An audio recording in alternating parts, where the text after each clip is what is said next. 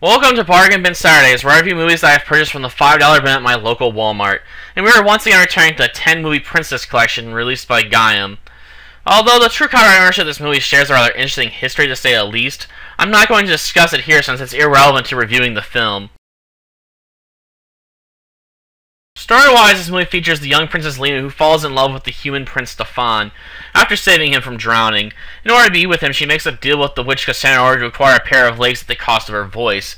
Of course, the added twist to this deal is that if the prince marries another woman, then Princess Lena will be turned into sea foam. While the basic story might sound like this film is a decent little kids flick, the problem is that this movie isn't really that good. It fails in a number of ways. I'll go on to list a few of them here. Number 1. Why do they build up Cassandra as the major antagonist of this movie? But she will have to pay the price for Cassandra the Witch's help. Oh, yes, she will.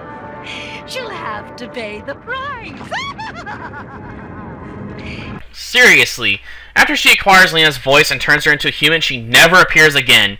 Which just leaves me with a series of questions. Why does she want Lena's voice in the first place? What is she going to do with it? Does Lena get her voice back at the end of the movie? And if you can't already guess, none of these questions are answered, which means all the time spent with the witch is a minor subplot at best.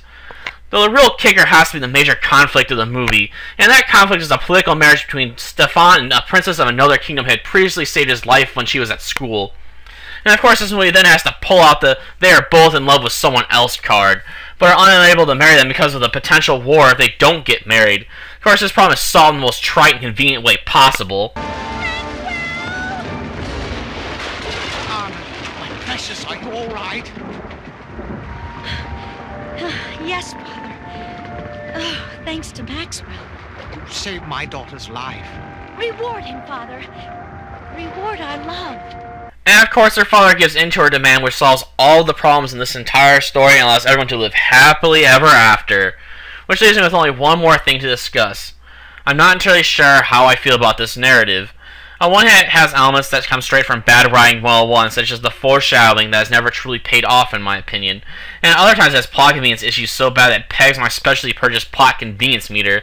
I guess if I had to sum up the narrative in a single word, I'd call it lackluster. I'll cut to the chase and straight out say that the animation work in this movie is inferior to the Disney movie that came out in 1989, which probably says a lot considering this version of the story came out in 1992.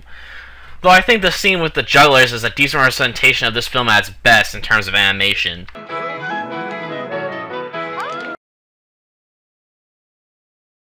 In terms of musical numbers, the movie really has one number with any lyrics, which is used during the opening.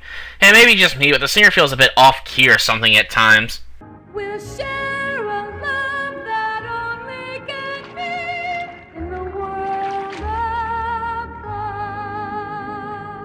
Outside of that, the rest of the musical score is actually pretty good, if not a bit understated.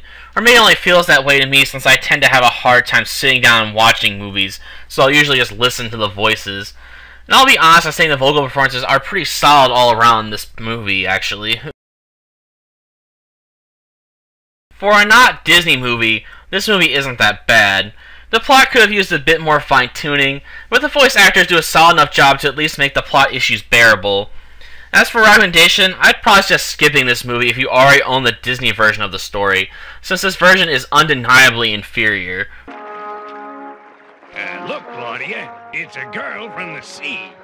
Oh my gosh! She's not wearing clothes, Cecil. A sure sign that she's a mermaid turned human. We better get her something to wear.